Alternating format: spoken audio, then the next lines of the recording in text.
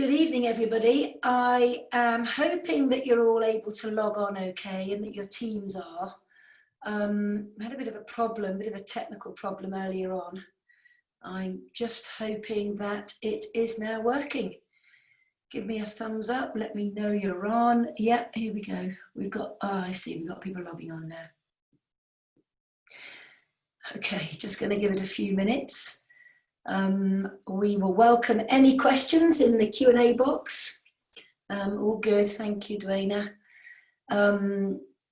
Philo's going to answer questions as I go along, or she's going to bring them to me as I stop and pause at certain positions throughout the training. Just give it a minute here. Okie dokie. So it is 4 minutes past 8 on Sunday evening, and I'm looking out of my window, and can you believe it's going dark already?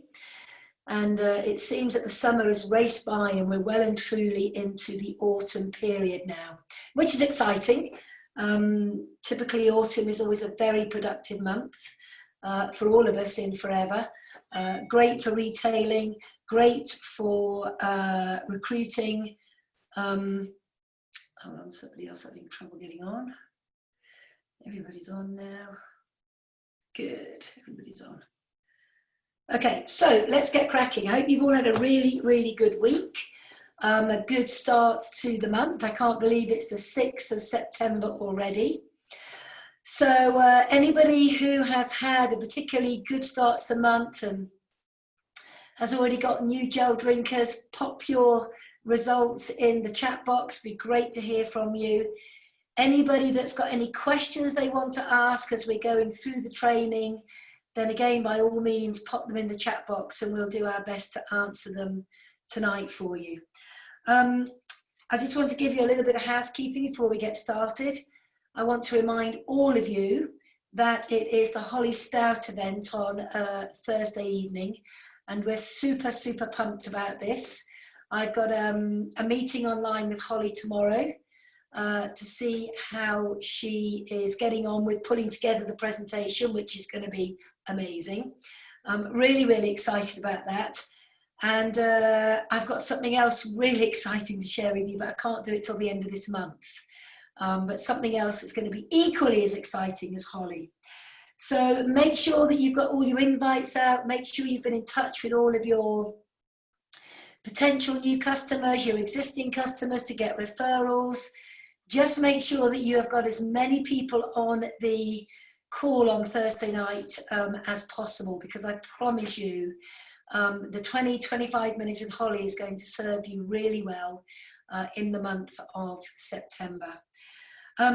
Typically we would normally do a recognition on the first Sunday at the end of the month, and you know, typically tonight would be a recognition night, but we wanted to, well, I wanted to finish this this training so we can bring it all together in its completion, so each and every one of you, if you like, has got all the tools in your toolbox that you need to be running with your business.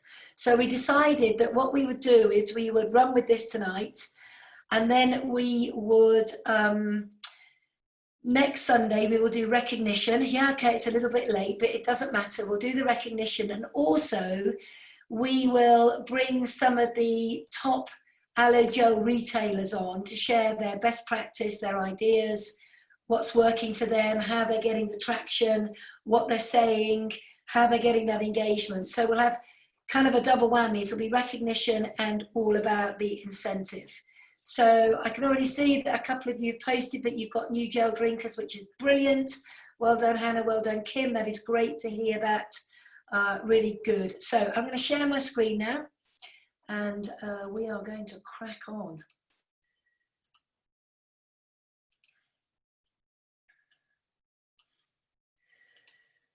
So here we go.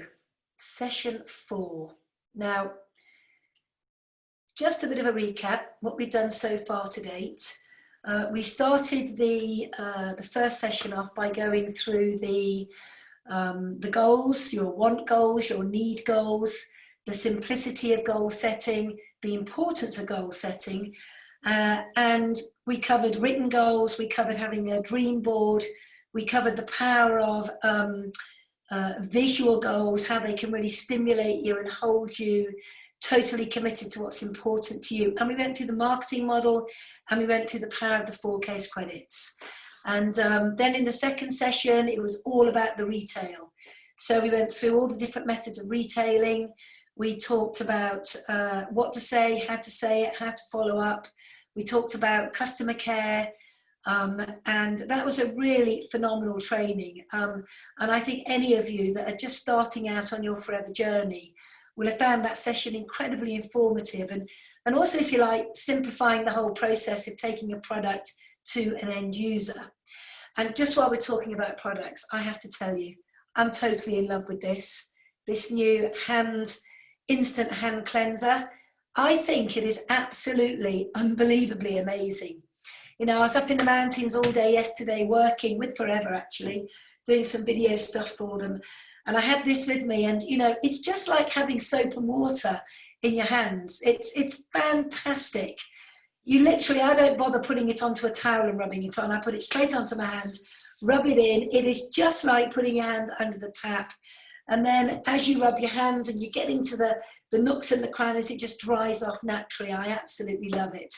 And as a result of loving it, I sold 3 of them last week, just chatting to my gardeners and my cleaner and a friend I bumped into in Waitrose. So brilliant product. And then we went into the 3rd session, and the 3rd session we covered in depth the need to work on your who do you know list, the need to look at your ability to reach out to people, where you reach out to people, whether it be who do you know, whether it be contacting people who said no, whether it be referrals, whether it be social media, what to say, how to answer questions, etc., etc., etc. And that was a phenomenal training. And again, giving you all the words that you need in order to start the journey of being a good communicator. Now, I just want to re-emphasize to start your journey of being a good communicator, because what we find is, and I know I'm speaking from the heart here, and probably Philo is on with me tonight, will say the same thing. Being a good communicator doesn't happen overnight. You know, it's not something that you watch your training and then go, great, I'm a great communicator, I'm going to be brilliant. Communication is weeks, days and weeks and months of practice. And the only way you get good at being totally fluid in your communication skills is by communicating every single day.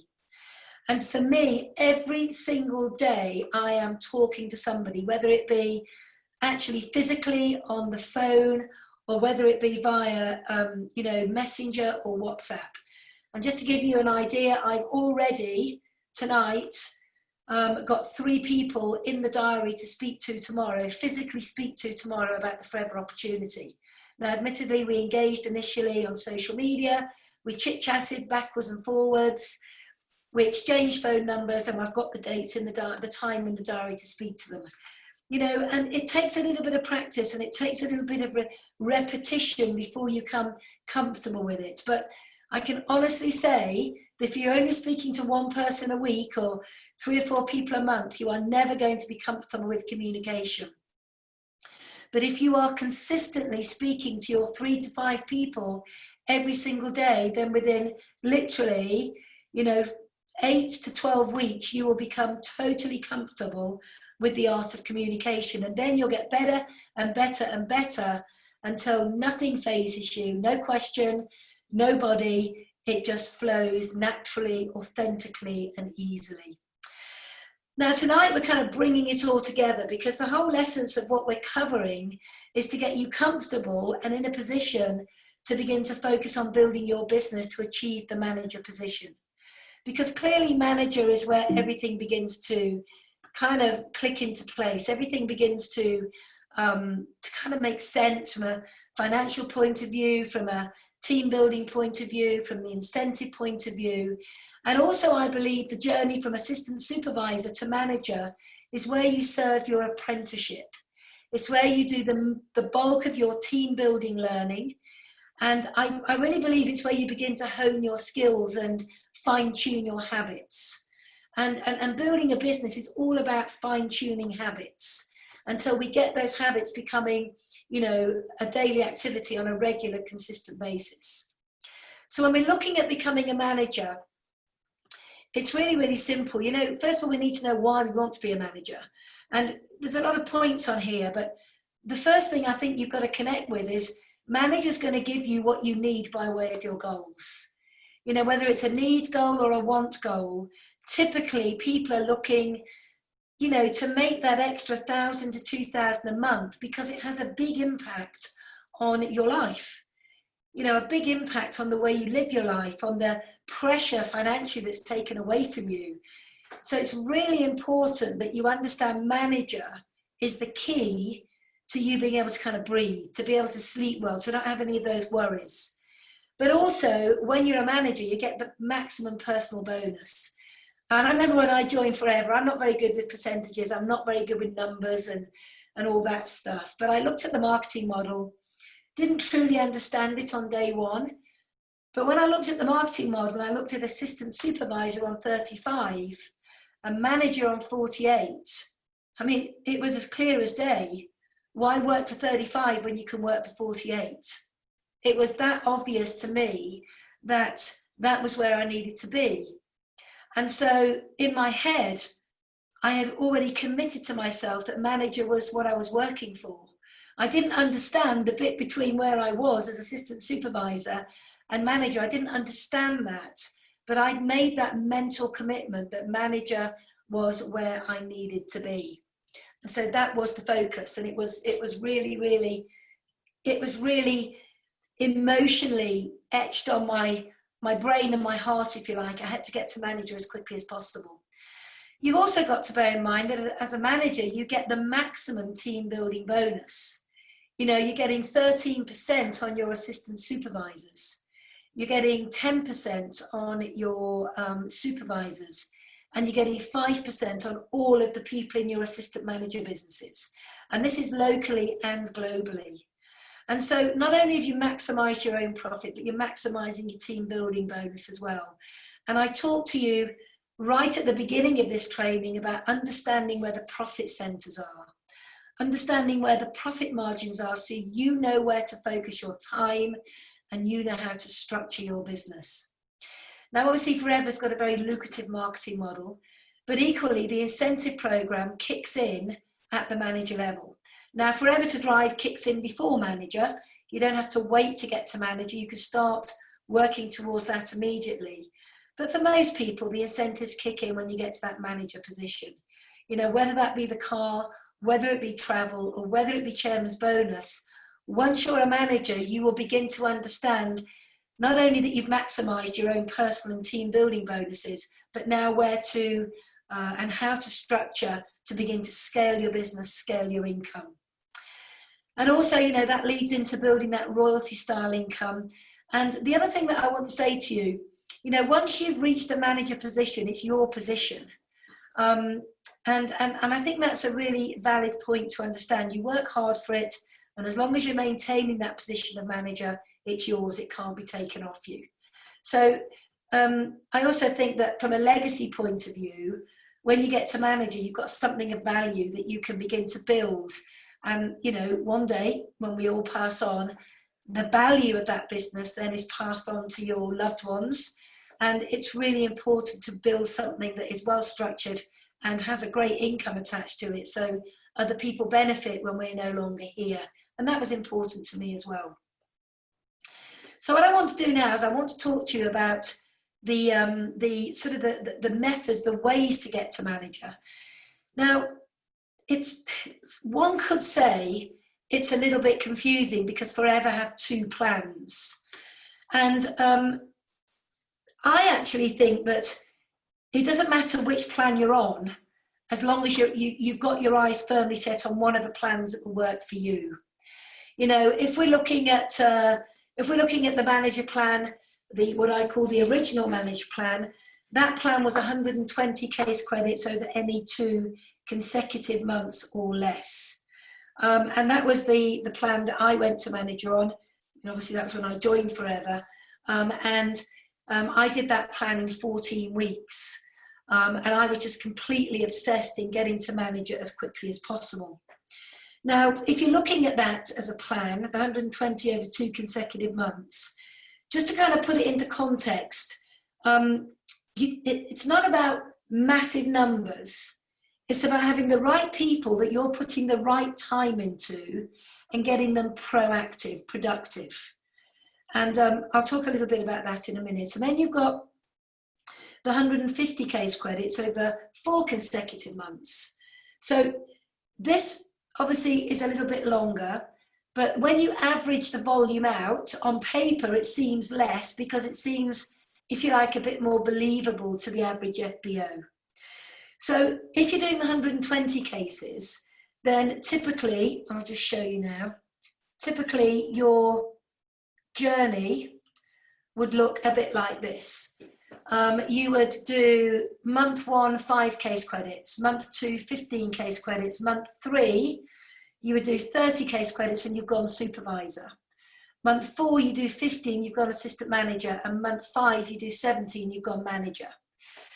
And to put that into context, it's 13 FBOs who are 4cc active, or 18 FBOs who are 4cc active to get the 70 cases. So 50 cases comes from 13 people, and 72 cases come from 18 people. So when you kind of look at it like that, we're not looking at big numbers. And to give you an idea of what it looked like, you know, actually I must dig out my old recaps, because when you look at my recaps, and I'll actually upload them and I'll do another training on this at some stage, but I had 30 people in my team when I went to manager, of which 23 were active.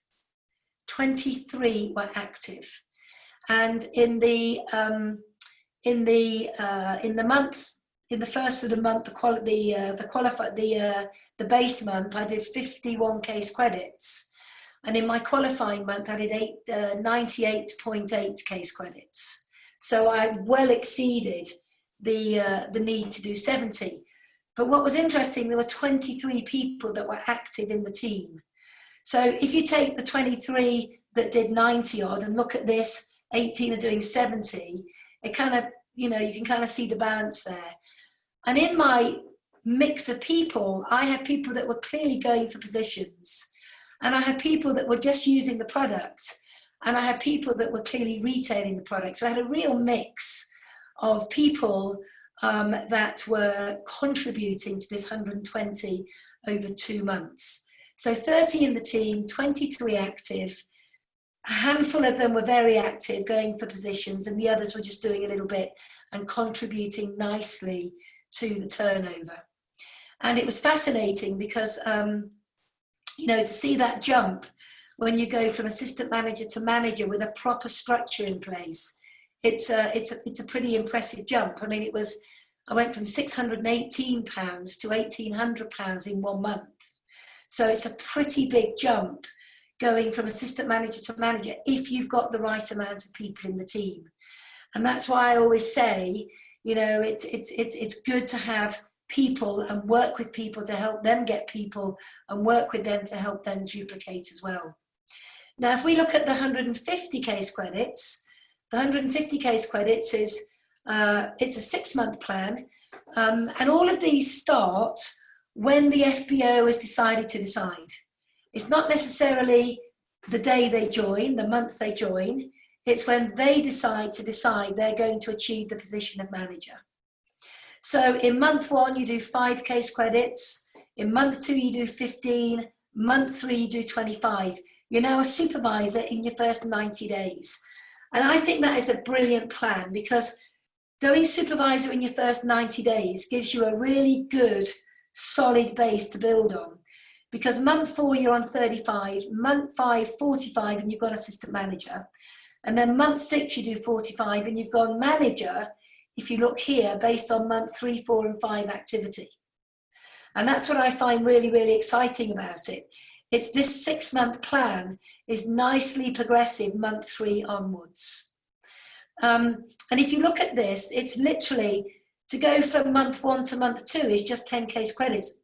To go from month 2 to month 3 is just an extra 10, an extra 10, an extra 10, and then maintain. So, you know, 11 11 active FBOs doing 4 case credits gives you an average of 37.5 each month. And 8 doing 5 case credits gives you 40 case credits, which again is an average of 37.5. Because if you take 4 months and you average it out, divide by 150, it averages out at 37.5 cases. Now, if I was brand new in the business right now and I was looking at this, I would be saying, okay, right now I need to get a team of 11 to 15 people ASAP. That would be the focus. And I would be very committed to looking at those becoming 4cc active. And if there were people that were not interested in being 4cc active because they were a user or a retailer, I would be looking to find the next lot to join that were actually committed to being 4 or 5 case credit active. So you decide which plan. Either one is relevant. You know, they're both relevant. They're both equally as amazing. If I was being really picky, I would say purely from a business point of view, the 120 plan is more lucrative in the way that when you go manager, you're going with a lot more volume. And so going with 70 cases, it means that, you know, you're going to get a bigger check. You've got more productivity going on in your business. But this here potentially gets you there quicker. So it's your choice. And a lot of it will present itself as you begin to work. You know, depending on how you structure your business, your manager journey will kind of present itself to you. But when you're working with your new team members, you know, you decide which one you want to go for with them. And again, you'll know that within the first 4 to 8 weeks of working with them. So let's have a look at that first 90 days where we take you through to the supervisor position. Because this is really, really important that you understand these first 90 days are the most invaluable days and weeks and months in your new FBO's business. This is where you put their business into momentum. This is you working with them, and this is you driving the business. It's not them doing it by themselves. It is you getting into the car, putting the car in first gear with them in the passenger seat, then into second gear, then third gear, then fourth gear. You're racing along together, and then you start saying to your new team, you have a go at driving, and I'll sit by you, and I'll make sure you're doing it right.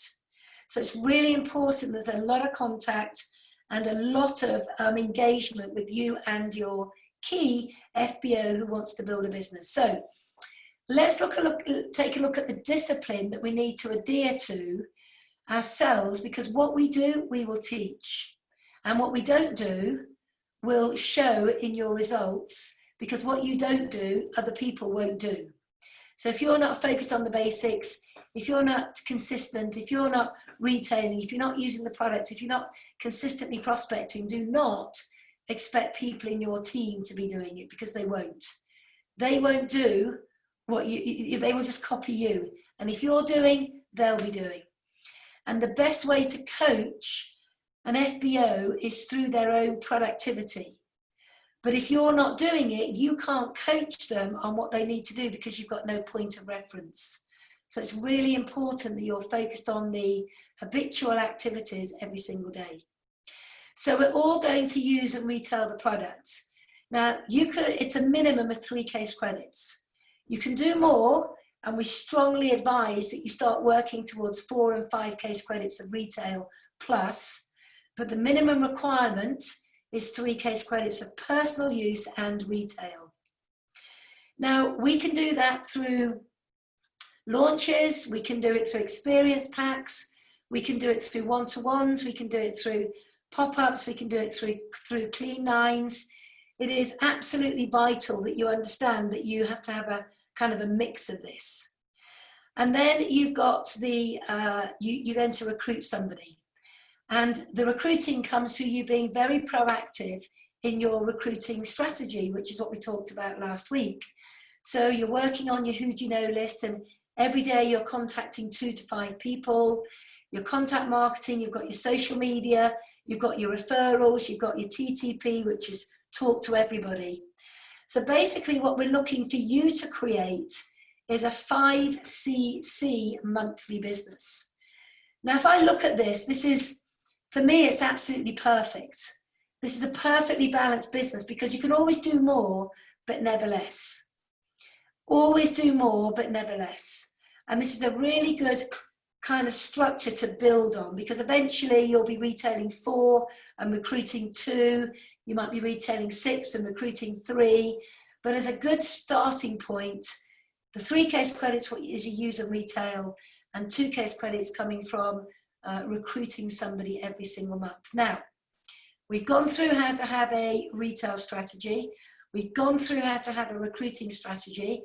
The only way that you get good at this is by doing it and doing it and doing it and doing it and doing it and doing it until it becomes second nature. You know, I have people say to me, but Jane, you make it sound so easy, you're so comfortable. Well, of course I am. I've been doing it for 20 odd years, but I can assure you in my first 6 to 8 to 12 months, I was not comfortable, I was not fluid, I was not experienced, but I was working on it.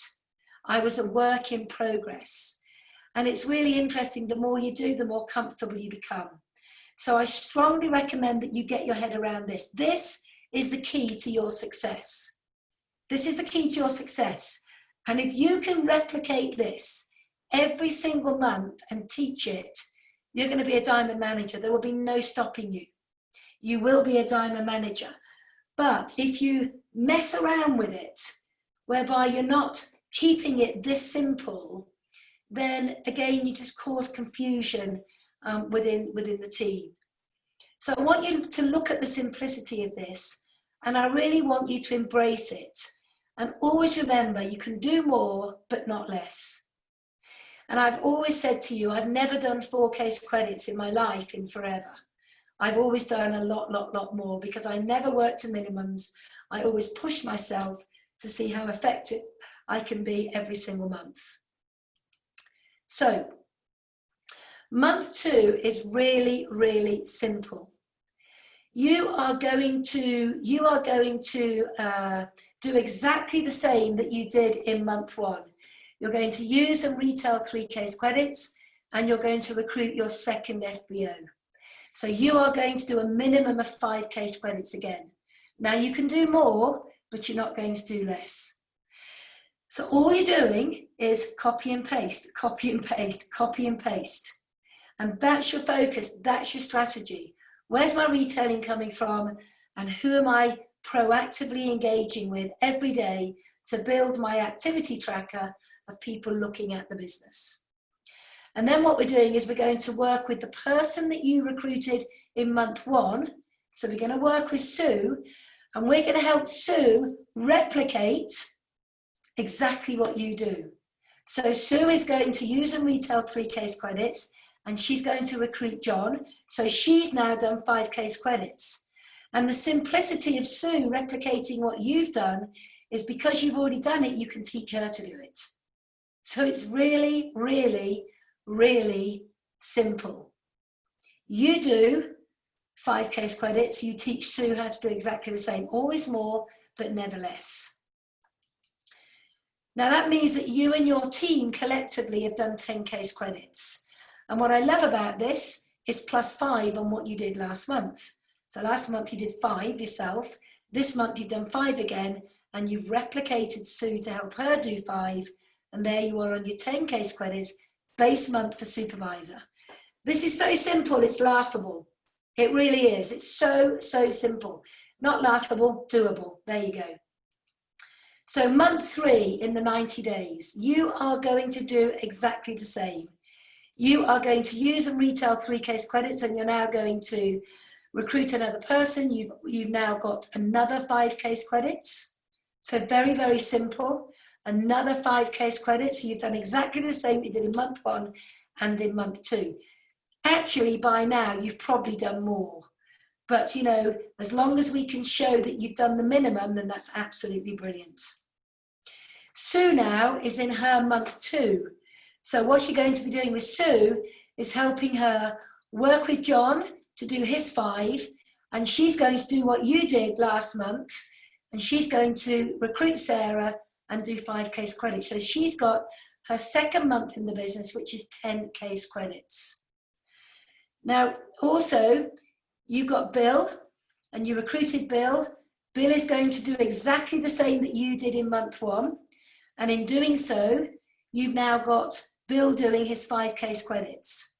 So if you look at that little team there, it's absolutely amazing. You've got a team that has completely replicated. You've got Sue is on month 2, Bill is on month 1, Becky's just joined, and you've now got a really, really nice team. And when you look at it, you've done 20 case credits this month, 10 case credits from the last month, and you've achieved the supervisor position. Now, this is a simple, duplicatable, manageable plan, because you are teaching everybody to do the same thing. Nobody's doing anything different. Everybody's doing the same thing. All right? So any questions, pop them in the questions box and we will endeavour to answer them. But everybody's doing the same thing. Now, why this is such a neat plan is because you can manage all of your team members and work together with them because you're all doing the same activities. You're all retailing to a consumer base. You're all actively connecting and talking to people every single day. You're all building your activity tracker. So it's such a simple business to be able to manage and grow. And so I love this because when that new FBO is ready to go, so it could be they're ready to go month 1, it could be month 2 they're ready to go. And once they're ready to go, boom, you put them into this first 90-day plan. And it's really, really, really effective. So what do we do from here? Well, it's really simple. You work and duplicate with the FBOs in your team who are excited to develop their own supervisor to manage a business. Now, not everybody that joins the team will want to go on the journey to supervisor or manager. That's absolutely fine. What you're looking to do is to identify the people in your team who are committed to building a business. And very quickly, you will see that you have an A team and a B team emerging. The A team are the people that you need to put your primary time, focus and attention into. There's no point putting the right input into the wrong person. You put the right input into the right person, and that's where the magic happens. So you're looking to identify the people in the group, whether it be first, second, or third level to you, and you identify those people and you work together with them with the upline, but you work together to build the business. And very often people will identify themselves as being serious about the business. They will identify themselves because they have goals and they share the goals with you. They will identify themselves through their own productivity. You know, they put their 7-day plan in place. They break that 7-day plan down into daily activity. They're running their day book so everything is being monitored. Because if you can't monitor, you can't manage. You know, if you're not actively measuring productivity, then you can't manage it. These are the people that rock up every week and they've got guests on the BP. These are people that have got all their team plugging into the trainings. These are the people that are planning and doing and reviewing, planning, doing and reviewing. So they identify themselves as being people that are really good to work with, and it's good for you to work with those kind of people. The B team are those people that are in forever, but they've not yet committed to it. In other words, they're doing a bit, they're using a bit of product, they've maybe got a few gel drinkers, you know, they may have done a couple of launches, they've not yet kind of got their head around everything, and they've not yet committed to it. Now, you still love these people, they're still invaluable, you're still going to nurture them and be in touch with them, but your priority has to go with those that are ready to scale.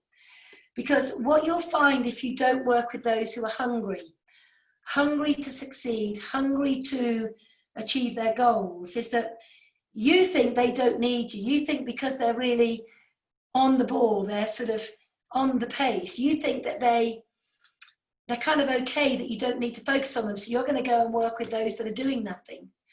Well, in my humble opinion, and this is what I've learned over the years, your quality time is spent with your quality people. Those that are doing and those that have got a plan where they action it, and then together you can review it. So sort of every 2 or 3 days at the end of every week, because you've got something to review. The slides are no longer visible. Why is that? No, I can see them, Jane. Yeah, they're good at this end. Yeah. Yeah, try to get at this end. I think it may be other people may have got a weak signal. So thanks, Philo. So duplication is absolutely fundamental to your success. You know, without duplication, you're not going to thrive. So if you look at the right-hand side and you see month 1, 5 case credits, month 2, 10, month 3 is 20. Now, all you're going to do is do exactly the same in the next 90 days that you did in the first 90 days. You're going to do 5 case credits by retailing and by recruiting a brand new FBO. Sue is going to do the same, so is John and Sarah, so is Bill, so is Jane, and Becky's going to do her first month. Boom, simple as that. It's a beautiful plan to look at. It's a beautiful plan to understand because it's so simple. And if someone's not ready yet to be identified as an A-team, love them to bits, look after them, have a bit of contact with them, but identify those that want to go to work. Because when you work with those that are hungry for success, what you'll find is month 3 to month 6, you're going to do the turnover needed to become a manager. And that's what you're looking to do. You're looking to do 20, 35, 45, 50, and you now have become a brand new manager. And all you've done is focus on the first 90 days of building a structure like this, and then you're replicating it and moving on through and getting to manager in month 5 and 6, getting to manager in month 3, 4, 5 and 6. So it's a really, really sweet plan. And, you know, for those that are keen to work, remember, you're not looking for hundreds of people. You're looking anywhere from sort of 8 to about 18 people in your team. And when you think about it in that respect, and you look at the business, you know, for me to get to manager, I recruited 8 people. And from those 8 people, I got the 30 in the team and 23 active. Now, if you look at this as a 6-month plan here, and you've got 6 lines, and out of those 6 lines that you've recruited, say 50% of them are going to work, and 50% of the second generation are going to work, and 50% of the third generation, that's where your volume will come going forward to get you through to manager. So we're not looking for big numbers, we're just looking for you to be proactive and working with the right people. So any questions whatsoever, pop it in the chat box and I'll endeavour to answer for you. So going on from there, let's look at the recruiting strategy to help get you to the manager position. And I want to revisit this. I know we've covered this several times over the last 6 months since we've been working together, but I can't emphasize enough that if you don't have a recruiting strategy, you are going to struggle to build your business. And I say that with all the love in the world, because there have been times in my forever business where I've not had clarity on what I needed to do every single day. And before you know it, the week has gone. And before you know it, the month has gone. And when you then review your month's activity and your month's results, they're not where you want them to be. And then when you have an honest conversation with yourself, it's because you've not really done enough. You may have thought it to death. In your head, you may have done a lot. But actually, physically, you've not done what needs to be done. And so there is a real element of honesty in the way that you are building your business.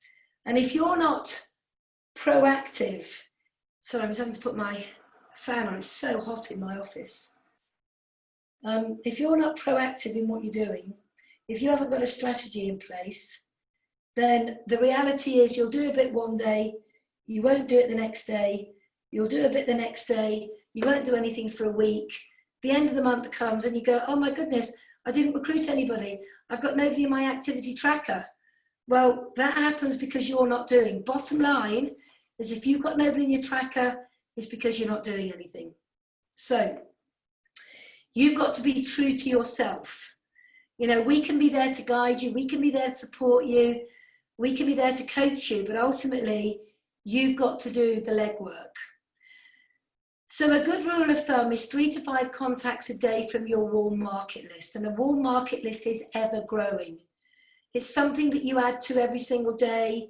It's something that you update. It's something that you look at all the time. It's something that you refer to. It's something that you will go back to. You know, the revisiting of your past prospects. Very often, a large proportion of those prospects will have come from your 3 to 5 contacts a day from your warm market. And I bet for most of you on this call tonight, if I asked you for a level of honesty and to say, how many of you are honestly contacting 3 to 5 people a day, I bet there wouldn't be many of you put your hand up. And that saddens me because, you know, you're all in the business. You've all got goals. You've all got the things that are important to you. But for whatever reason, you're just not committed to this part of the process. And I just don't get that. You know, I don't get why when Forever clearly delivers to those who are doing, you're not doing the do and making the time every day to focus on what needs to be done.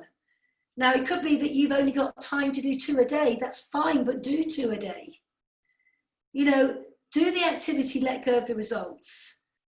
And, you know, I know there are people on this call tonight who I work with who very often are perfectly on track. They're doing all of their contacts. They're doing exactly what I ask of them, doing exactly what the plan asks. And then for some unknown reason, they don't do any activity.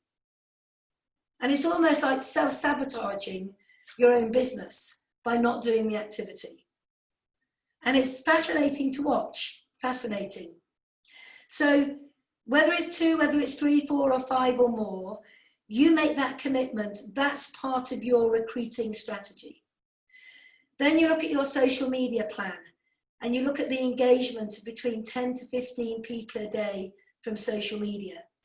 Now, this can be on whatever platform you decide.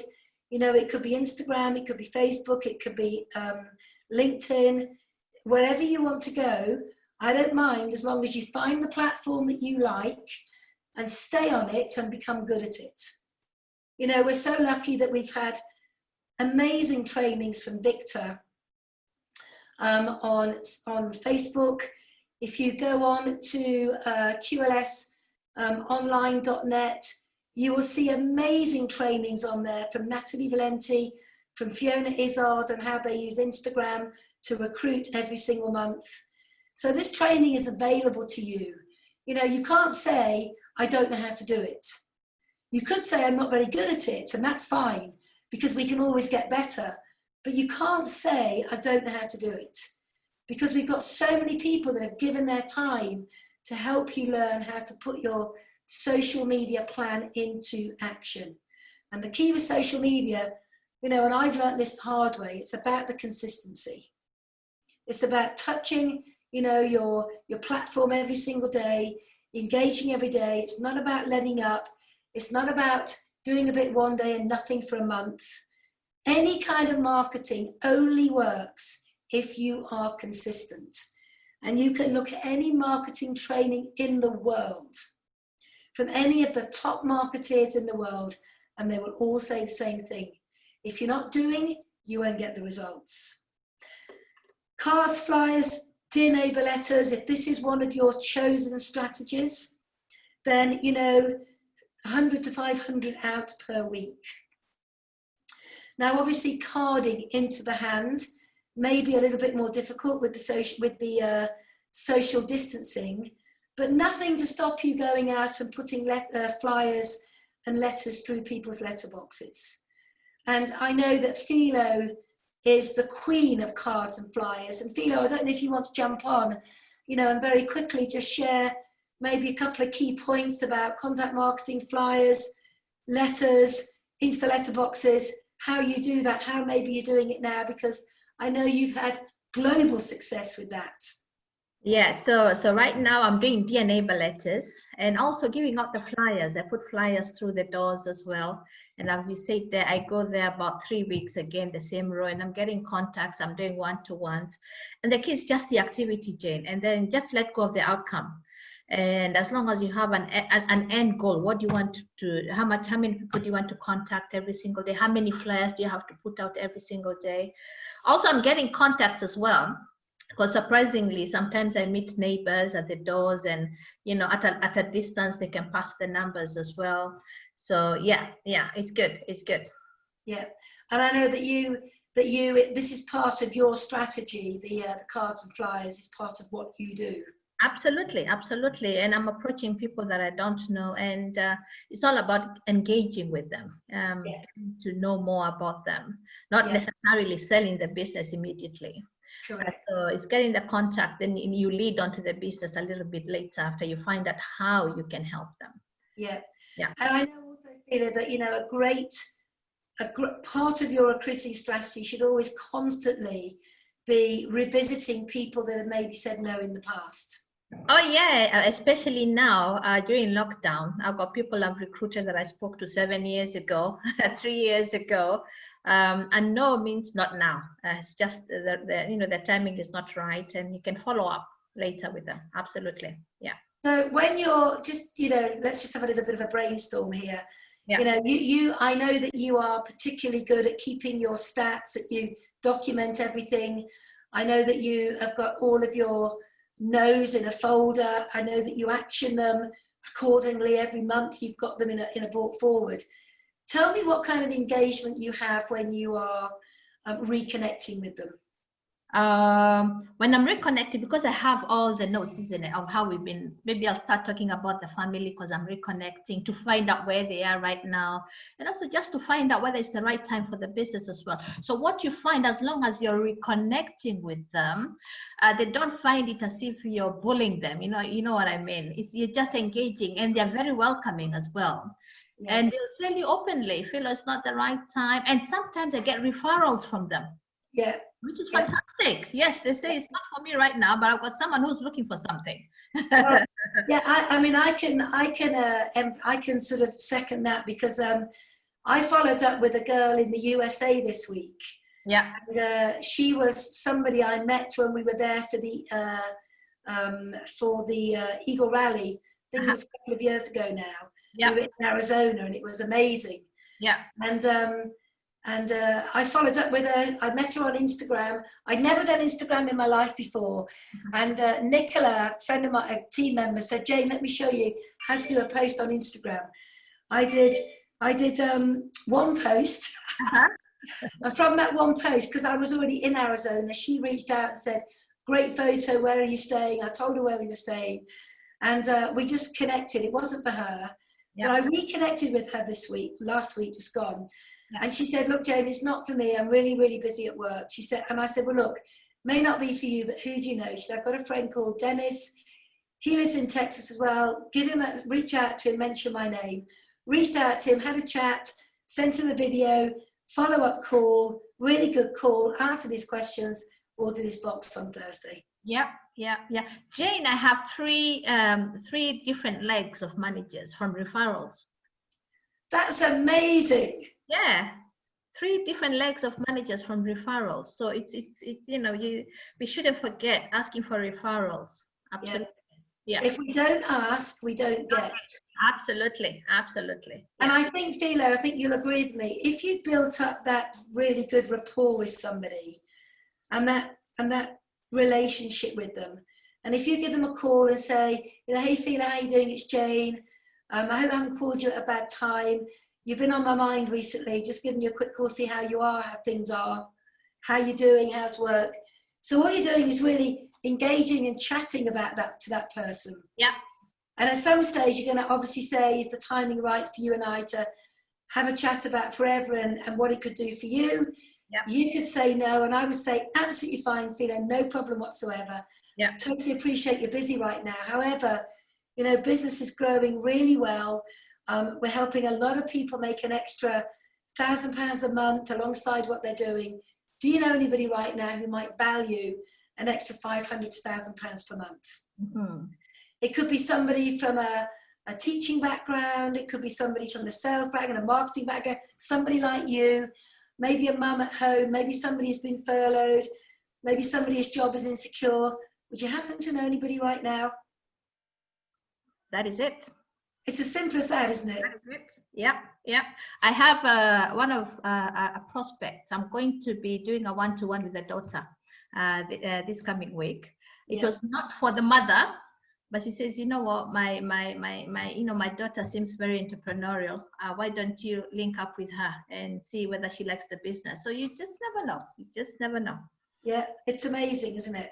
Yeah, yeah, absolutely. And I think when you speak to referrals, you've always got that third party reference. So, you know, you could have given me, say, Patience to ring, and when I would always say, Fila, can you just drop Patience a quick text message to let her know that I'll be calling, so she knows who I am. Yeah. And you would say, yes, that's no problem. Yeah. And when I give her a call, I say, hey, Patience, this is Jane here. Hope you don't mind me calling you out of the blue, but Philo suggested you and I speak, and Philo speaks so highly of you.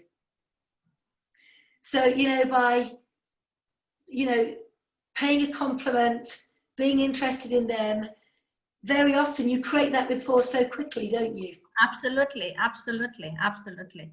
And can I mention something, Jane? So I'm working with two different ladies, two different legs, and they had the same lady in their who do you know list, and they were both talking to her at the same time unknowingly. And it just goes to show that if you don't have a proper who do you know list, be assured they're on someone else's who do you know list. Oh, absolutely, absolutely.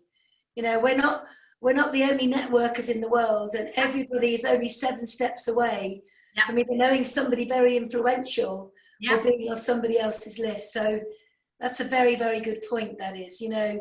So the no's are really important, to revisit them.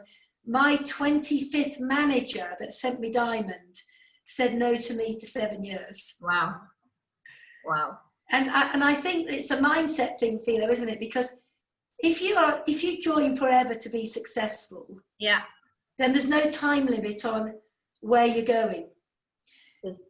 But if you join forever to give it a go, to see if it will work, yeah, then it's easy to quit, and you'll never go back to the no's because you would have left.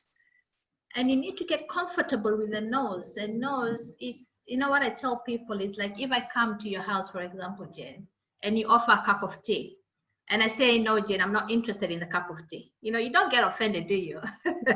No, I just say, what else can I offer you?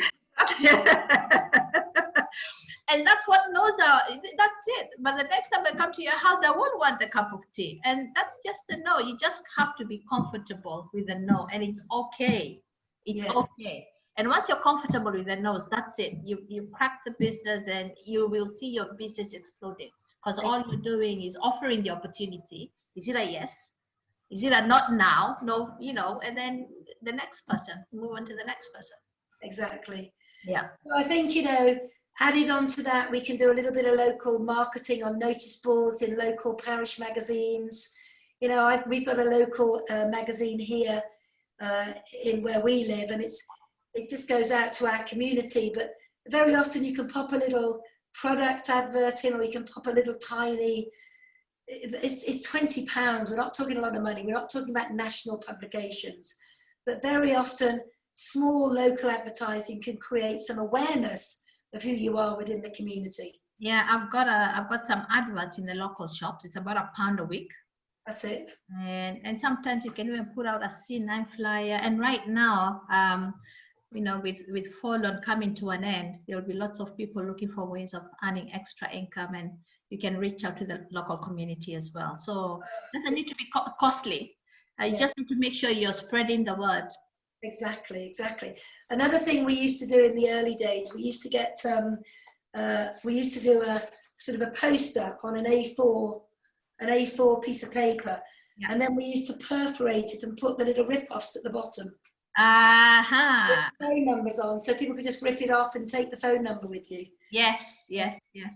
That's really good as well. So, you know, it's about being creative, but the one thing that's really important is about having 3 activities from your strategy that you focus on every single week, every single month. I mean, for me, I work my wall market, I work my social media plan, and I'm doing a little bit of nose referrals as well. That's kind of where I go. I don't live in an area where I've got lots of letterboxes. I'm in the middle of nowhere. Yeah. That feeling, you've been here. So what do you focus on every month? What's your 3 sort of areas? I'm doing lots of referrals. Obviously, my who do you know list, local advertising, of course, the cards. I always do the cards and flyers as well. And I'm working on my social media plan. That one, I need to crack it, and I'm determined before the end of the month. You'll hear my testimonial on this. Yeah. Good. Well, there's one thing I know with you, Phila, if you set your mind to learning something and doing it, you will always get there. Yeah, absolutely, absolutely. Yeah. So just to re-emphasize to everybody watching, this strategy is about you deciding which activities you want to focus on, and it should always be 3 activities. And then you perfect those activities and you focus on them. And you focus on them solidly every single day for up to 90 days, 12 weeks, because there is an 8 to 12 week lead in time from you being uncomfortable to being more comfortable to being okay. And, you know, there could be people that you speak to today at the beginning of September that are caught up in getting the kids back to school. Maybe they're about to go back into the workplace and they're a bit nervous about that. You know, the timing isn't right for them. But you could speak to them in mid-October and the time's perfect. So there is an 8 to 12 week lead in time in everything that you do. And that's why we say, be consistent for 90 days. And I think you'll echo that, Philo, you know. Absolutely, absolutely. It's the consistency. Yeah, it's the key word there is absolute consistency. Yeah. So, you know, think about the areas that you want to focus on and then get to work. And if you feel that you need a bit of input with them, put your plan together and go to your upline manager and say, look, I want to focus in these 3 areas. I need a bit of help and support. Please work with me to become comfortable at this. And I promise you, if you go to an upline manager with a strategy, they will love you to bits. But if you're expecting a manager to work with you when you've got no retailing strategy, no recruiting strategy, nothing in place to have a good month, then there's no point of reference to even get started. So really important that you focus on putting a strategy in place. So then we come to actually planning your volume on a monthly basis. And you've already seen this in the part of it in the retailing and personal use strategy, but I want to go through it again because I think it's really important that you've got this planned out, because again, you should be taking this to your upline manager to say, look, this is what I've got volume at, this is what I want to do this month. And then your manager has got something to work with you. They've got something to focus on. They've got something to coach you on. They've got something to talk about with you. So, you know, personal use, what are you going to use this month? And have you actually written this down yourselves yet in your month, you know, for your monthly goal? You know, I've already put a personal order in for 3 case credits, already done. You know, I drink so much aloe, it's unbelievable. You know, John drinks the Ultra every single day. We use all the daily care, the supplements, the skincare. I've got this in it. I mean, we use copious amounts of products. So for me personally, I would say, for me, it would be a low of 2 and a high of 4 just on personal use. Then I would say, right, well, my online launches. Now, for me, obviously, I'm doing a lot of online launches for the team. But I never underestimate the power of also doing my own launch. And I've just engaged actually with a new neighbour on my sort of loop walk. They've moved in about 3 or 4 months ago and they're having an extension built. And I've just actually engaged with her. She made the fatal mistake the other day of saying to me, what do you do? And that was easy to answer. And I keep admiring the extension, what they're doing. And we've just got her interested in the product. And I've also got a couple more people interested in the immunity side of things. So I'm going to have my own online launch this month, as well as doing a lot of them for other team as well. So for me personally, I'm looking to do at least 1 case credit, minimum Pride, and then 2 as a high.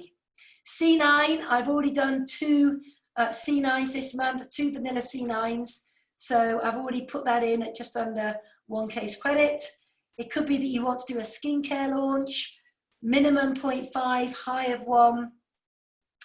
As you begin to work in the business, your repeat customers are fundamental. For me personally, this is a big thing. I want to see that you are retailing well and getting a second and a third and a fourth order. Because if your retailing is one-off, then we've got something that's not quite right. So we need to look at the percentage of customers that you've got and customers who are repeating their orders with you. So you need to look at what your repeat business could be. You know, is it a low of 1 and a high of 2? And then we've got the experience packs, and a lot of people have a lot of success with experience packs. And you need to put down what this figure is for you, maybe a low of 1, a high of 2. And then recruiting. Well, if you're going to recruit at least 1 every single month, you can put 2 in there. But remember, I always said, you know, you can do more, but never less. So ideally, you want to be focused on recruiting between 2 to 3 people. So if you look at the Pride element of planning your case credits, you know, you could potentially do 6.5 case credits just from your activities with your own use and whatever retail activity you choose and recruiting 1 new FBO. But if you're embracing all of this activity and you're really kind of on the ball and you're treating it as a business, you're running it daily, you're very engaged with the business, you're very engaged with the activity, you know, you could be doing up to 16 case credits personal in the month. Now, my experience is, if I'm being totally honest, is when I'm working with an FBO who's one of my A team members, we very often will have a planner that looks a bit like this. And in my experience, you've got the odd person who will always do a lot more. But in my experience, people normally fall somewhere in the middle. So if you've got a low of 6, Pride of 6.5 and a high of 16, typically you're going to fall in at around 8, 9, 10 case credits. Now, obviously, there's always the exception to the rule. But imagine if you were building a business that was doing, you know, between 6, 7, 8, 9, 10 case credits every single month and a real good balance of using, retailing and recruiting. You are the perfect FBO. And for me personally, I love working with perfect FBOs. It might not happen in your first month. It might not happen in your second month. It could take you 6 months to get to that balance. But once you get there, you're making phenomenal money from your own personal activity, and you're beginning to duplicate a really, really sound message to your team members. So this is a really important part of what we do, having your monthly activity plan in place. Now, I was looking at this now, and I think what I'm going to do is I'm going to get this in a PDF as a blank document. So the Pride and the High is blank, and I'm going to make sure you've all got a copy of this so that you can all fill it in and you can all work with your upline managers, your upline leaders. You can share with them what you've got planned. They know where they need to work with you to make sure it becomes a reality. We then make sure that we've got your 7-day plans in place.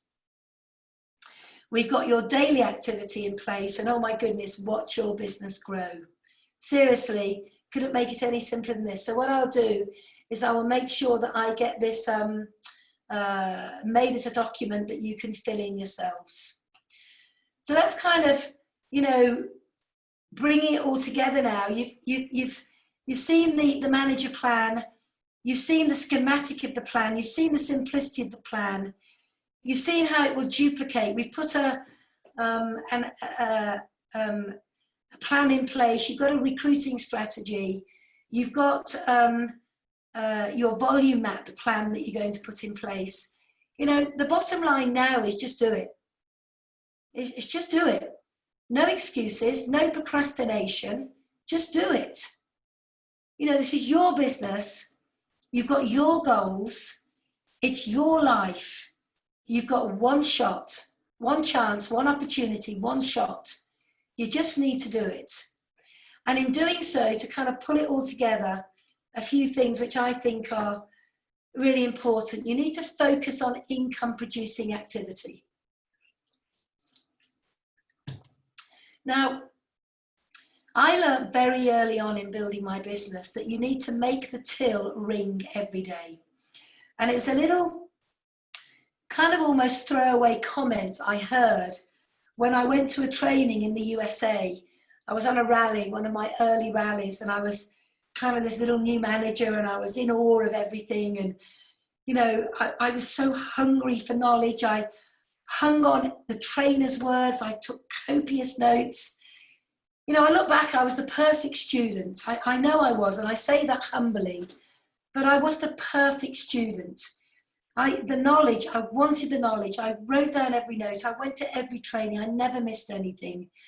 I implemented everything I was taught. I didn't always get the results, but I implemented everything, and I held myself accountable.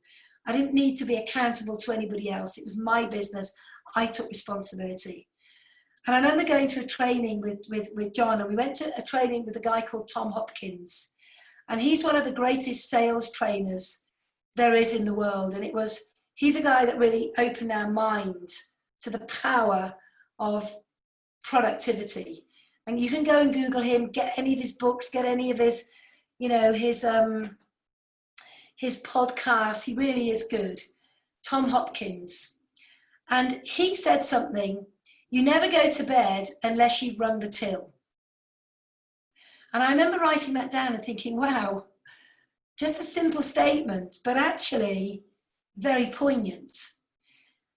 And the reason I'm sharing that with you is because so many people are busy on their businesses, but they're not busy in income producing activity. You know, they sit on Facebook all day looking at other people's activity and posts. They're not doing anything themselves. They're just looking at what everybody else is posting. Or they've got a beautifully tidy desk and they've got beautiful folders and beautiful files, but they're not doing anything. Or they've got a lovely order of product and it's all beautifully put on the shelves in their homes, but they're not talking to anybody about the product. You know, they're reinventing the wheel. Personally, I won't work with anybody who reinvents the wheel. And they're not doing anything that's bringing any money in. So every night when you go to bed, you say, have I rung the till today? Which means, did I sell a product? Did I follow up on an existing customer? Did I get a second order? Did I get a referral order? Did I ring the till? Did I recruit anybody today? Or did I do a great conversation that allowed me to get a referral? Did I get somebody who's coming onto a BP? Did I have a follow-up call after a BP that is going to lead me to recruiting somebody? You know, have I coached my team today to be productive? Have I shown somebody how to retail a product? Have I shown somebody how to make a good phone call, how to answer a question? Have I shown somebody how to put their activity plan together for case credits? You know, have I retailed the product? Have I recruited somebody? Have I taught somebody? These are income producing activities. And if you haven't focused on these elements every single day, then you're just letting yourself down with the way that you build a business. So I hope that kind of throwaway comment that I heard all those years ago that I'm now sharing with you has impacted you the way it impacted me. Because John and I always used to look at each other every day and say, did we ring the till today? And, you know, we would look at who'd sold the most product, who got repeat business, who'd recruited somebody, you know, and that's just the way we focus, because we were measuring our productivity. We were looking at our productivity and saying, are we being effective? Are we monetizing? Are we getting a profit? And the only way you do that is by focusing on income producing activity. You need to understand time versus money. This is a biggie because for most people, they really don't understand the time element of building a business. You know, I worked hard in my career for 18 years before I joined Forever. And I was very good at what I did. You know, I ran big estates of 2,000 and 3,000, 4,000 acres, a lot of responsibility. You know, I managed people, I managed livestock, I managed bottom lines, I managed profitability, loss and profit, I managed everything. But at the end of 18 years, it wasn't me who was wealthy, it was my boss. But after 18 years, I realized if I was going to put another 18 years into my career, that life would look pretty much the same, but what would be difficult would be I would be another 18 years older and still financially challenged. So when I joined network marketing, I was shown something that had a big impact on me. And that was time versus money. Understanding the commitment that you put into your business, understanding the time required to completely capitalize the profit centers and also your time investment versus your return on your income. So if you look here at year one, you know, year one,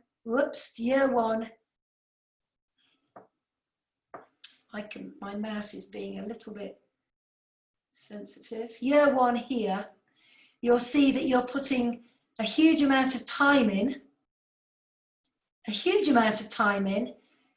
and comparatively in year one, you know, humble returns. I think that's the best way of putting it. I remember in my first month in Forever, John was very skeptical, and he looked at our first bonus and he analysed that I was working for about 50 pence an hour in my first month. And it did make me laugh, but I understood that that was fine because the time I was putting in, the learning and the personal development and the structure implementing, it was fine because I knew that it would begin to grow. So, you know, I was earning about 50p an hour at the beginning of the year, but by the end of the year, you know, I was making some fairly decent money. You know, it wasn't full-time money, but it was fairly decent money. Now, the whole essence of this is understanding that as you go into your second year, what you'll find is the balance of the time and reward is now becoming a little bit more sort of balanced out. You know, now you're beginning to earn above average income for your effort if you have been consistent and if you are beginning to, you know, work the business maybe on a more time efficient basis. In year three, this is where you find you get the real balance. Year three, you'll be going, okay, this is pretty good now. You know, I've got it balanced. The time I'm putting in, I'm getting the kind of reward back that I would expect. Year four, you're beginning to think, okay, you know, I'm not putting quite as much time in, but look at the reward I'm getting financially. And then year five, you're beginning to say, well, the time, I'm not putting all that time in that I used to, but the check now is really, really grown. It's unbelievable. So what you find is over the scale of year 1 to 5 it's about massive, you know, not even counting the hours, action to put that business into momentum. And then as the years go by, you find it's a more balanced approach. If you want to take time out, take it. But you've got a really good team in place now, and everybody is putting their amount of time in. So if you need to take a day off, a week off, a month off, you'll be able to do that accordingly. So I look at this as a 5-year plan. And I say to people, it's 5 years of hard work and consistency, not dipping in and out and doing a bit here and a bit there. But, you know, by year 3, I was making a 6-figure income. By year 7, John and I got to a position where actually we didn't have to work again financially. End of year 5, we were both making a 6-figure income. So, you know, this is about when you decide to decide. It's not about if you've been in for a year or you've been in for 18 months or you've just started. It's the moment that you decide to decide. It's the moment you say, I'm now finally getting into network marketing. Because there's a day that you get into network marketing, but nothing happens till the day network marketing gets into you. And I believe when that day happens, that is when the magic happens. I guess for me personally, that was pretty much in my first few months, because I joined to be successful. I didn't join to give it a go. I didn't join to try. I didn't join for anything else. This was my plan A, and there was no plan B. And I think mentally, when you have that kind of commitment, it's a very, very different outlook to having a plan B or plan C or plan D. But I just want to help you understand that, you know, you're going to shorten the 40 to 50 year work plan to 5 years when you decide to decide. It's when the magic happens. And if you look at any top networker, look at anybody in forever, in networking as generally, and anybody that is doing really well will have been on this plan, this trajectory for, you know, that 3 to 4 to 5 years, where they're beginning to see very, very sensible money coming in, double, quadruple what they would have made in a job. And but it takes complete focus, complete commitment, and complete action. And I also want to share with you something else. You know, the route to the top is not a straight line. And I can remember in the early days really struggling to understand this. And I'm sure, again, Philo will help, will jump in and second this here. You know, the journey to your goal is never a straight line A to B. And for me, being able to manage my emotions, I tell you, that was the hardest part of this business. It was the hardest part. There wasn't a day went by in the first year at least where I didn't have a high and a low. Where I wasn't ecstatic 1 minute and down the next minute. That I seriously was saying there wasn't a week went by, because there were people who disappointed me. There were events that I got let down on. There were launches that got cancelled. There were prospects who didn't turn up. There were people who said they were going to be 4cc active and did nothing. There were people that said they wanted to work to supervise and never did a single thing. And you got to manage those emotions, right, Philo? Absolutely, absolutely. And I remember as well in my journey, because we were doing the business with Eva, my sister, we joined at the same time. And what helped us is the day when I was down, my sister was so motivated and so focused. So she'd lift me up. And the day when she was down, I'd be so motivated and focused and so sure I'm hitting my goals that I'd lift her up. And that's what uplines are there for. So, you know, when you're feeling down, just reach out to someone who's actually doing the business. Yeah. Because the emotions you're going through, we've been through them, and you know, now, you know, you only think about it for a minute and then you get back into the activity. But at the beginning, that was the curve right there. Absolutely. Yeah.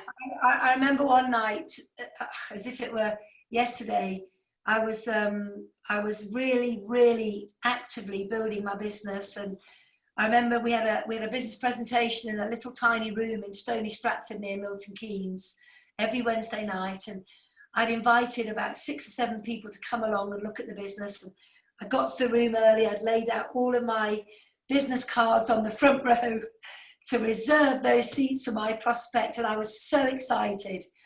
And as it got closer and closer and closer to 8 o'clock, my excitement began to drop, because as it got to like 2 minutes to 8, nobody was sitting on my seat. And I remember taking all the reserved cards off and feeling a bit sheepish about the whole thing and being really, really disappointed. And in those days, we didn't have mobile phones. We didn't have anything. So I remember going home that evening feeling really despondent and thinking, what the heck am I doing? And when I got home, the bleeper was bleeping on the answer machine. And 2 of the girls that were coming together rang up and said, Jane, really, really sorry we couldn't come. We had a real problem on the farm tonight. We had livestock out and we had to go and put them back in, and we missed the time. Yeah. And another girl rang up and said her son was not very well, and the others didn't ring. But then I was on a high again because 3 people said, genuinely sorry, we couldn't get there. So in the space of about an hour, I'd gone from being, oh my God, I'm going to slip my wrist, to being ecstatic because they were saying, let's talk, we're sorry we couldn't be there. Yeah. And those emotions, even today now, 20 odd years on, I still get disappointed sometimes. But just for a minute. Not for me, but for other people. Okay. You know, when they say no, I get disappointed for them because Yes. of what they're not going to enjoy. Yeah. You know, I had a girl send me a message today saying, I've looked at your Facebook page, I don't want to do what you do. And I went to look at my Facebook page and I thought, wow, she doesn't want to do it. I look at my life and I go, wow, you don't want that life? Yeah. But you know, I'm sad for her. So you need to understand, everybody on this call, success is an emotional roller coaster. It's up and it's down, it's up and down. And if you have a day where it's been tough, you are allowed to feel sorry for yourself for 2 or 3 minutes. Yeah. Then get over it. Yeah. You know, really, if you've had a tough day, all joking apart, you know, go and have a walk, go and play with the kids, go and do something for 20 minutes, clear your mind and then get back to it. Yeah. But if you've had a tough day, you do not take a week off. No. You know, that is not showing strength of character. Strength of character said, it's normal in business. We have ups, we have downs, we have good days and bad days, good weeks, tough weeks, good months, tough months. But we are on a plan to achieve our goals. And whatever our plan is, wherever that B is, that road to your goal, you know, you have to understand it's never plain sailing. Even now, after 20 odd years, achieving big goals is never plain sailing. So you need to learn how to handle your emotions. And finally, it's all about mindset, right, Philo? Absolutely. Work on your mindset every single morning. Yeah. What you think is what you attract. What you believe, your words, the words, you know, sometimes when I'm talking to people, it scares me, the words they're using, because they're stealing their dreams away from themselves through the words that they're talking. Yeah. Gotta work on your mindset. Actually, I think that's a very valid point. When you speak to people who are not doing what we do, it's mind-blowing the way they talk to themselves, to each other. It's no wonder that they have a messed up mind half the time. And results as well, because your words becomes your thoughts, becomes your actions, becomes your results as well. And that is it. Yeah. Be prepared to change. I think that's very important. I think it's fair to say that I'm not the person today I was when I joined Forever. And also feeling the fear and doing it anyway. So many people are stuck in their comfort zone, and you know, I don't always get it right. What do I? That's part of leadership. You gotta step out of your comfort zone and change. And yeah, just get better. Just get better. Yeah, and I think that, you know, change is progressive. Yeah. It's not one day you do something different and you've changed. Change is every single day. Yeah. You know, I did something yesterday I've never done before, with the way that I did a training for the company, and wow, it took me out of my comfort zone. It was not easy. It was particularly a testing thing to do, but I was so pumped at the end of it because I embraced it. I you know, embraced the challenge. I'd given it my best shot, and it was fantastic, because at the end of the day, I realized that there was a different way to do something that could be even more effective. Yeah.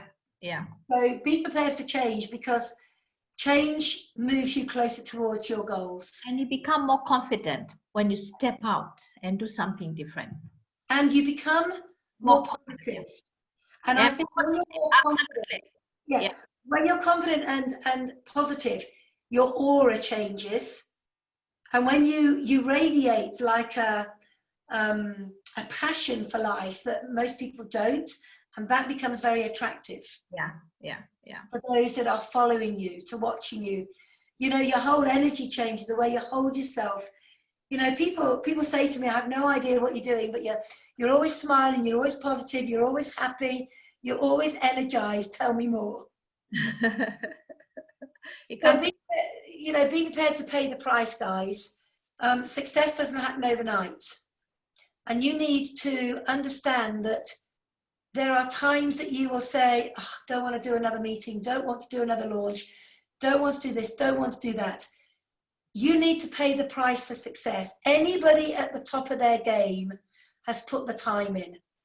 I watched an amazing documentary on Usain Bolt the other night, and it was so inspirational. Watching him train as a 10, 11, 12-year-old, you know, and then going through to win his races at 3 Olympics. I mean, absolutely unbelievable. But the price that he paid up front to get to winning easily those medals was unreal. It was emotional. And if you look at anybody who's the top of their game, achieving their goals, they will have put at least 10,000 hours of practice and activity and productivity into them. Absolutely. You know, and that is a given. You and need in every profession as well. Sorry, Jen. In every profession as well, even pilots as well. You know, they talk about the hours, isn't it? It's the hours. Well, you were a lawyer. Yeah. If you think of the hours that you put into studying and then practicing when you were a lawyer. Yeah. It's every profession. I used to compete on horses. And I think even as a kid, I would have to get up really early in the morning before school, get my horses done. You know, my mum and dad didn't do them for me. I had to do it. I would come home every night and I had to do my horses. I would be the one that was training and schooling and riding again and again and again, and then I would compete. Yeah. You know, when I was breeding my livestock, I had to really pay the price to get to where I wanted to be. You don't get to be a manager just because you write it in a book. No. You don't get to be a diamond or a sapphire just because you put a picture on a dream board. No. You've got to pay the price. Absolutely. But is it worth it? Absolutely. Oh my goodness. It's more than worth it. You think of your life when you were a lawyer compared to now? Oh my goodness. So many of my former law colleagues are being made redundant right now, losing jobs. I don't have to worry about money. I don't have to worry whether there's, you know, uncertain times right now. And I can still work from the comfort of my home, and my business is growing. You know, it's uncomparable. Yeah. And I see that as a gift, Philo. It is a gift. So when we offer the opportunity of forever to other people, we are sharing a gift. Yeah. And sometimes people don't take the time to take the paper off and open that gift and really look at the gift inside. And also, we also have to remember that our prospects don't see what we see. So we have to be patient. Yeah. And that's why we need to take the time to help them open their mind to see the possibility. Yeah. Really important. Yeah. You know, and that's all about having a vision, isn't it? You know, you've got to have a vision of what you want and where you want to be. Complete clarity on your vision. And what time is it now? I'll share a little story with you very quickly about vision. There was a master archer. An archer is somebody who has a bow and arrow and he fires. And he was a champion archer around the world. And he had 2 students that he was working with. And he had been coaching these students for weeks and weeks and weeks, months, day in, day out for a big competition. And the competition was coming, and it was the day of the competition. And the 2 young students got up early, and the master archer took them to the practice area, and he got them mentally prepared. He got them calm. He got them focused and with a great vision on what they were doing. And these young archers, they were firing their arrows at a target that was quite a way off. And there were 2 of them at the end of the pitch. And the master archer said to the first archer, he said, "Son, tell me, what do you see?" And the young student said to him, he said, "Sir," he said, "I see the trees, I see the sky, I see the birds in the sky, I see the grass in front of me, I see the sun." And the master archer said, "Son, put your arrows down. You will not take part in this competition today." And he looked at the next boy and he said, "What do you see?" And the young man said, "Sir, all I see is the yellow ring in the middle of the target." He said, "You will be in this competition today." And that's having absolute clarity. That's having a vision, and you know 100% what that looks like, feels like. You're so focused on it. And for me personally, when I joined Forever, I had that focus on putting my boys in private school. It was all consuming. I knew, I could feel it, smell it, touch it. And it was no surprise it happened. You know, and I know that you also had real clarity on your vision as well, Phila. Absolutely. You know, the worst thing is to worry about money. That's the worst thing. My number one goal was to be debt free. Absolutely debt free. Yeah. I remember that. I take pride in helping other people become debt free as well. And so you should, because you come from a place of experience. Yeah, absolutely. Yeah. And that means that people will listen to you. Because So I've been there. Yeah. And I want to make a point there, if I may. You know, people will listen to you when you have done what they want. So if you have made £500 a month and somebody you're talking to wants it, they will listen to you. If you have made £1,000 a month and a prospect you're talking to wants that, they will listen to you. And this is why I say to everybody who's listening tonight, have a sense of urgency in what you do. You know, don't stroll to the goal. Get to that goal quickly, because then you can be an authority on that journey and you can show other people to do what you've done. And you only get there by being a great student, attending the webinars, attending the trainings, interacting with your upline manager, having a plan, looking at that plan, engaging in it, actioning the plan, reviewing it at the end of the month, and keeping going, keeping going, keeping going. Your attitude needs to be A1. You cannot build a business with a lousy attitude. Absolutely. Yeah. And you've got to take massive action now. And, you know, we've got 4 months left of the year. And I wonder how many of you on this call are going to make these 4 months count. Or are you going to play around at it and go into 2021 in exactly the same position you are today? So let's make the next 4 months of this year count, to be in a position when you go into 2021 that you have leveled up, you're at the next position, you are more comfortable, more confident, more aware, more planned, more structured, more able to communicate, more fluid, because you've put into place what you need to put into place by way of your own development to be ready for a great end of year and a great new year. So I just want to say congratulations to all of you for being on the call and for being with us over the last 4 Sundays. Chris and Diana couldn't be with us tonight, but a huge thank you to their input. Philo, you are with us. Massive, massive input. Thank you for all that you do. I don't know if you want to say a few words to kindly bring this together. Yeah, I'd like to thank you, Jane, as well, for your leadership, for being there for all of us, and all the work that you put in. And you know, as a diamond manager, you're still pushing this, and you're doing it for us, because where you are now, you're comfortable and you can safely retire. And on behalf of everyone on this platform, Chris and Diana, I'd like to thank you as well for being there for us every single time. And also, I'd like to tell everyone that, you know, September is like a beginning of a new year, because everything we do from September will dictate how we're going to start 2021. So it's getting back into the drawing board, and you know, our aim was to requalify to manager by the end of this year, and we still got 4 months to do it, and 4 months is a long time as long as we put in the activity. So I'm super excited about the next 4 months, and yes, and let's go for it. And thank you, Jane. Were there any questions in the chat box? I can't get to it for some reason. Were there any? There were questions, and some of the questions was about the flyers, what flyers I use, and what I tell people, it doesn't matter what flyers you do, it's just the consistency. I'm using the Smile flyers right now, but any of the flyers on the QLS, occasionally I order any of those, and they all work. They all work.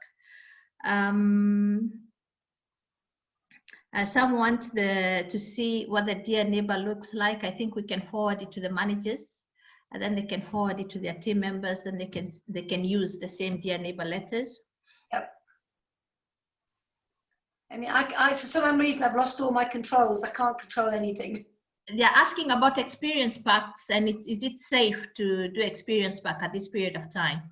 Well, I think that you've all got to use your own judgment on that. I mean, we've got people doing experience packs right now. They are doing them in small communities, leaving them on people's doorsteps, kind of knocking on the door. They're not going into people's homes and going through the way that we would normally do it, sitting down around the kitchen table and explaining each product. And I think to do an experience pack right now, it's good to do a little Zoom call or a WhatsApp call with the pack, to hold the product up, to go through the product like like now, if we were talking, Philo, and then just to say, I'm going to leave the products on your doorstep. Please use them. They've all been sanitized. They're all clean. Please feel free to use them. And then when you collect them again, sanitize them, wipe them all down, and maybe just leave them for a couple of days. It's entirely up to you, but we've got people doing really well with them again, but they're doing it in a very professional, compliant, sanitized way. Yeah. If someone says no, do you ask to find out the reason why they said no? Normally that will have been answered in the conversation. So let's just say that I were talking to you right now, Philo, and we got chatting about the business, and you would say to me, Jane, it all sounds really interesting. I'm a little bit intrigued about what you do. However, right now I've got kids going back to school. I've got a big project on at work. I'm looking after my mum or whatever. And I would say, Philo, no problem. I can hear from what you're saying that you're a pretty busy lady right now. So based on that, you go do what you've got to do. It's been great talking to you. However, I would love to connect with you again in about 6 to 8 weeks' time, let you know what's going on, update you on 1 or 2 things that we're working on. Would it be okay if you and I spoke maybe towards the end of October? And you probably then would say, yes, that's absolutely fine. So I would put you in a brought forward for the end of October, because I know why you said no, because I've had a good conversation with you. Yeah. And I respected why you said no, and I've gone, hey, that's okay. And because I've respected your decision that now's not a good time, you are completely open to talking to me in 6 to 8 weeks' time. Yeah. So I hope that answers the question to whoever asked it. So actually we've answered all questions now. They just want to get a recording, and it's being recorded. I'm sure they'll get a recording from their upline managers. Yeah. Okay, so I can't end the meeting, Philo, because I've lost all buttons. Hopefully you can. Yeah. But just before we end, just to say, I am looking for a very, very good turnout for the Holly Stout event on Thursday night. Make sure you've got the flyers out. Make sure you follow up all the people you've invited. Make sure that you're not wasting this opportunity. Be very proactive in the next few days. And we look forward to seeing you all on Thursday night. Well, we've got Meet the Team on Tuesday. Friday. I think am I doing Meet the Team on Tuesday? I'm doing Tuesday, I'm doing Friday. Okay, brilliant. So I'm doing Meet the Team on Tuesday. Philo's got an awesome one for you on Friday night. Make sure you've got lots and lots of guests and prospects on that. And we look forward to seeing you Tuesday night, Thursday night, Friday night. It's going to be a great week. Good night, everybody. Enjoy the rest of your evening. Good night. Good night, everyone. Can you stop the meeting, Philo? Absolutely.